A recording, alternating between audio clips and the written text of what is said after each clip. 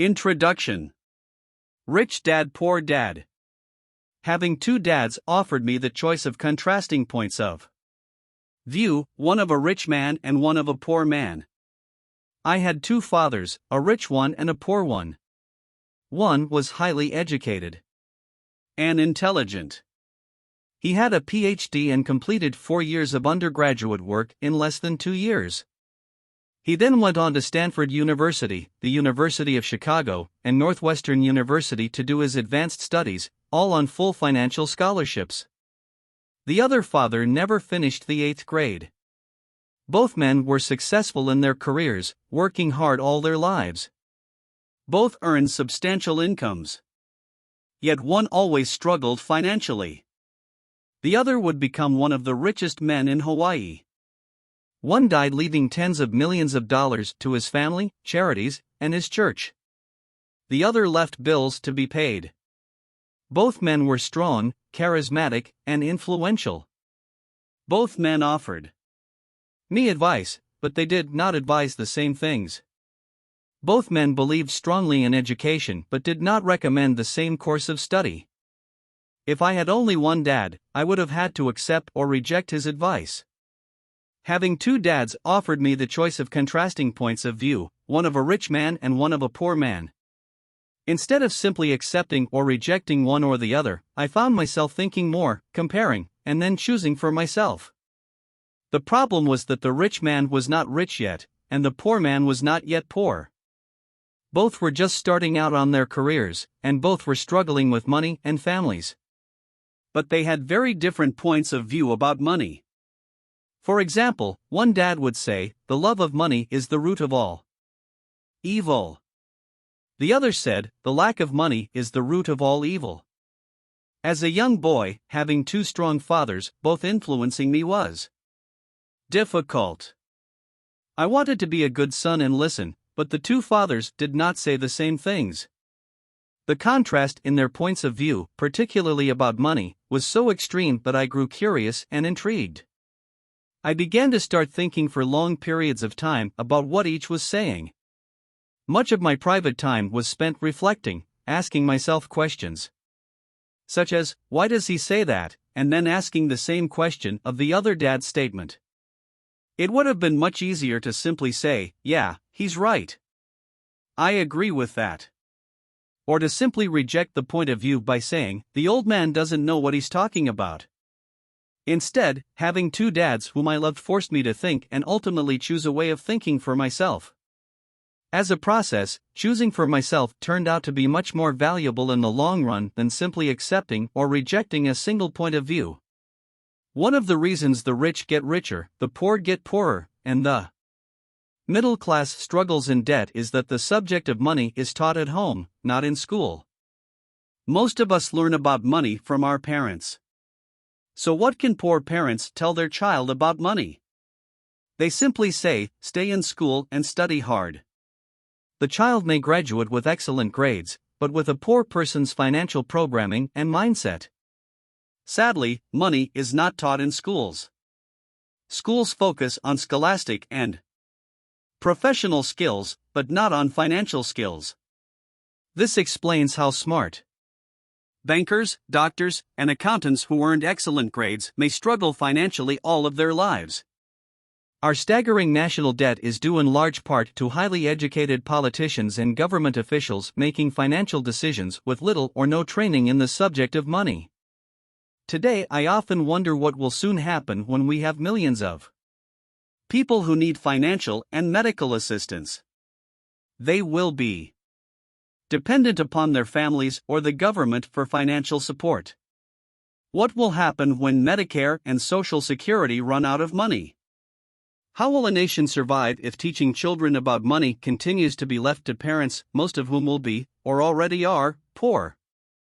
Because I had two influential fathers, I learned from both of them. I had to think about each dad's advice, and in doing so, I gained valuable insight into the power and effect of one's thoughts on one's life.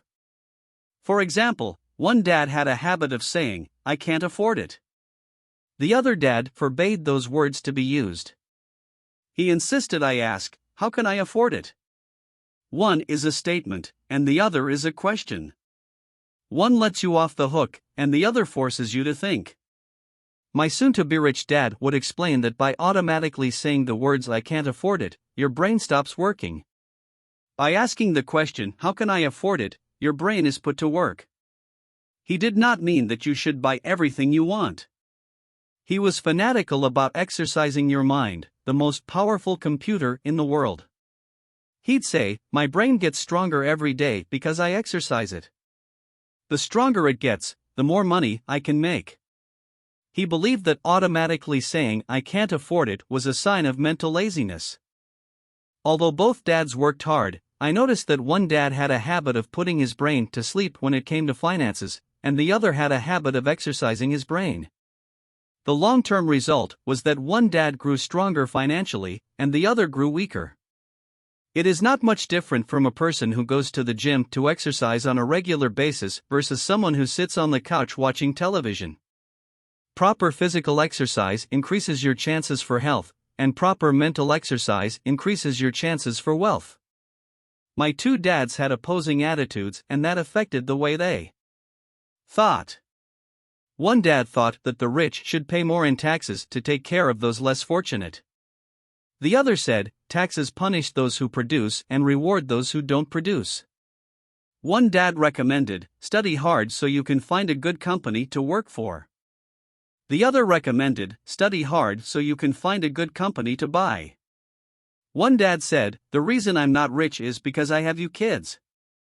The other said, the reason I must be rich is because I have you kids. One encouraged talking about money and business at the dinner table, while the other forbade the subject of money to be discussed over a meal. One said, when it comes to money, play it safe. Don't take risks. The other said, learn to manage risk. One believed, our home is our largest investment and our greatest asset. The other believed, my house is a liability, and if your house is your largest investment, you're in trouble. Both dads paid their bills on time, yet one paid his bills first while the other paid his bills last. One dad believed in a company or the government taking care of you and your needs. He was always concerned about pay raises, retirement plans, medical benefits, sick leave, vacation days, and other perks. He was impressed with two of his uncles who joined the military and earned a retirement and entitlement package for life after 20 years of active service. He loved the idea of medical benefits and PX privileges the military provided its retirees. He also loved the tenure system available through the university. The idea of job protection for life and job benefits seemed more important, at times, than the job. He would often say, I've worked hard for the government, and I'm entitled to these benefits. The other believed in total financial self-reliance. He spoke out against the entitlement mentality and how it created weak and financially needy people. He was emphatic about being financially competent. One dad struggled to save a few dollars. The other created investments. One dad taught me how to write an impressive resume so I could find a good job. The other taught me how to write strong business and financial plans so I could create jobs. Being a product of two strong dads allowed me the luxury of observing the effects different thoughts have on one's life. I noticed that people really do shape their lives through their thoughts. For example, my poor dad always said, I'll never be rich. And that prophecy became reality. My rich dad, on the other hand, always referred to himself as rich. He would say things like, I'm a rich man, and rich people don't do this. Even when he was flat broke after a major financial setback, he continued to refer to himself as a rich man. He would cover himself by saying, there is a difference between being poor and being broke.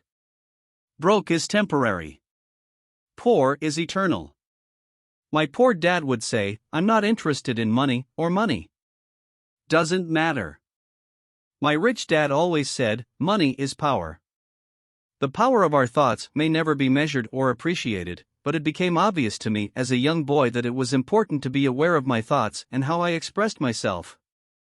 I noticed that my poor dad was poor, not because of the amount of money he earned, which was significant, but because of his thoughts and actions. As a young boy having two fathers, I became acutely aware of being careful about which thoughts I chose to adopt as my own. Should I listen to my rich dad or to my poor dad? Although both men had tremendous respect for education and learning, they disagreed about what they thought was important to learn. One wanted me to study hard, earn a degree, and get a good job to earn money. He wanted me to study to become a professional, an attorney or an accountant, and to go to business school for my MBA. The other encouraged me to study to be rich, to understand how money works, and to learn how to have it work for me. "I don't work for money," were words he would repeat over and over. "Money works for me." At the age of 9, I decided to listen to and learn from my rich dad about money. In doing so, I chose not to listen to my poor dad, even though he was the one with all the college degrees. And that has made all the difference. Over the years, I have often reflected upon Robert Frost's poem.